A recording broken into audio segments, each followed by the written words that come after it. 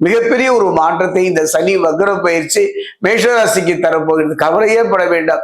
சனி பகவான் மட்டுமல்ல, குருவும் சேர்ந்து அற்புதமான யோக பலனை தருகின்ற ஒரு அருமையான ஒரு சந்தர்ப்பம் தான்.